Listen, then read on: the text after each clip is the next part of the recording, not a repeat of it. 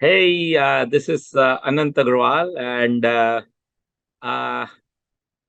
I actually uh, head a company, and we do lot of things on the computers, on the technology.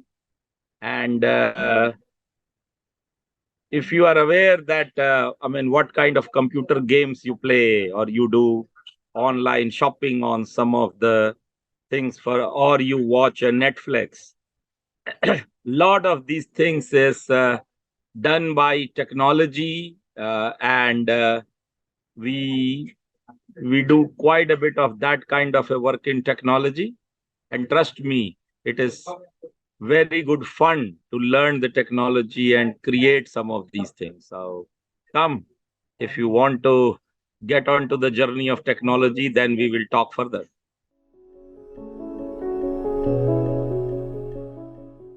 I go to office every day and I work with loads and loads of people.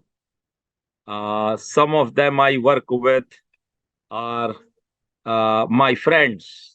Some of them are not so much of my friends. And sometimes argue, we do sometimes fight, we also eat together, and we do a lot of storytelling in a modern way. That's what I do for a living.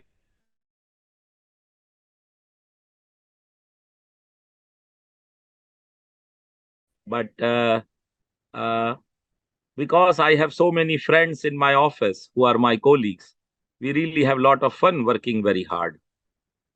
That's what I do.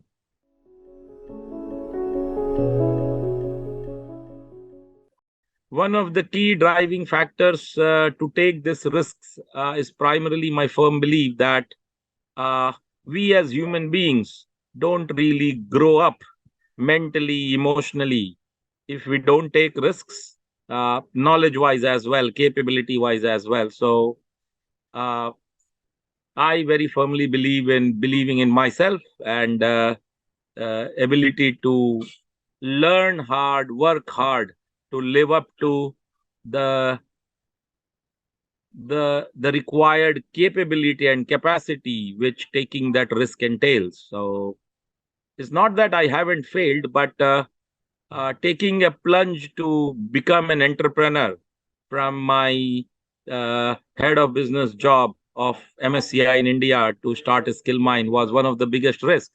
And this biggest risk has paid off to me very, very handsomely as well.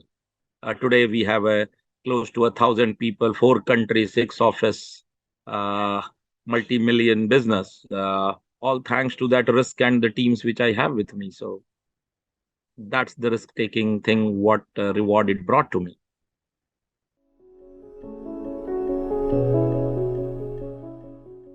In my jobs at a leadership position, obviously, I had people above me. Uh, for example, the global CIO and the global CEO and the COOs, whom I used to talk and get feedback.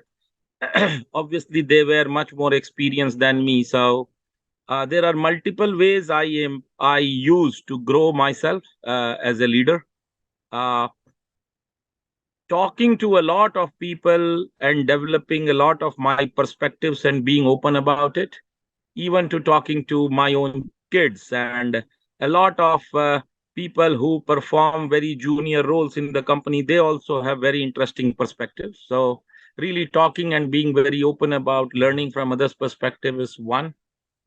I do a lot of reading and listening to a lot of world leaders, whether it is Mr. Modi or whether it is the likes of Bill Gates, whether it is the likes of Mr. Mandela. So a lot of very senior leaders across business, politics, sports people, uh, very famous writers. They bring a lot of thinking process perspectives, which I try to learn and try to imbibe and do a serious thought process to that.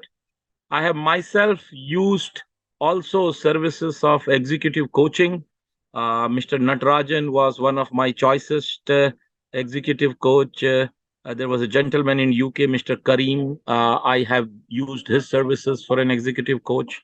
So some of the coaching also helps me to smoothen my edges. At the same time, I also uh, attend quite a bit of sessions and events, listening to very varied groups of people. So talking to people, getting executive coaching, reading, and being very open minded about it. One of the also important aspects of growing as a leader is to do a degree of self introspection and sometimes reflections. So sometimes when I am not feeling good about something, I go on very long walks to try to reflect and analyze myself in terms of what is the wrong which I am doing, and then try to get some feedback around people. So those are few things which I do to continuously reflect on my talking, my thinking, the way how I do things.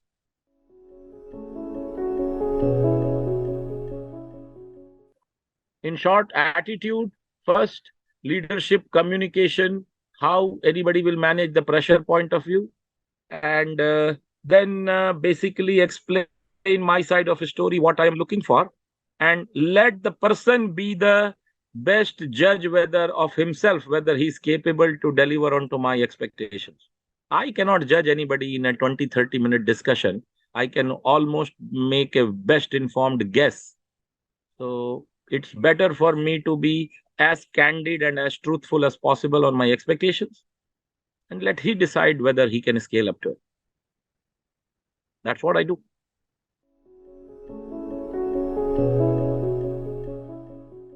The VUCA world is the VUCA world because of honestly, our behavior and how we actually start to react to things. So the volatility and the uncertainty and the complexity and the ambiguity around it. We're volatile because a lot of thing is now, and uh, we want to measure, does this make sense? uh, it's uncertainty is in the mind. It's not so much outside in the environment. I am not sure whether this thing will happen or not. uh, Complexity is because we try to pack too many things into one play.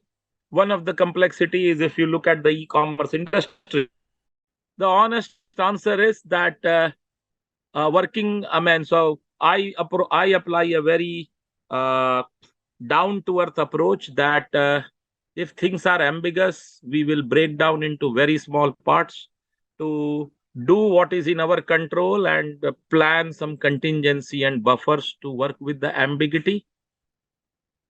At a subject matter level, we have to be very, very adaptable, that something will not be very comfortable, because if the scope changes, or if suddenly something throws up out of the blue, uh, then how do we adapt to it? So mentally being prepared for being adaptive to the situation.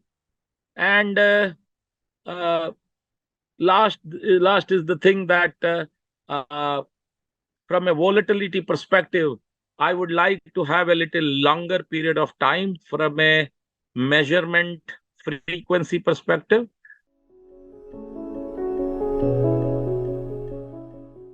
It's not an opinion, it's a habit. Everybody should do it. I coach my teams in a way that if you are not multitasking, you are losing an opportunity to improve your productivity. For example, I am doing a lot of one-on-ones these times, end of the year financial, performance appraisals. So I do that evening 6 to 8, and I wear my walking shoes and I go for long walks and I talk to people. So it's about doubling up the effort of doing a relaxed talk with people in a meaningful way, but also exercising a little bit. So I always multitask, and I'm always multitasking, not one, not two or three, but at least five, six things in one go.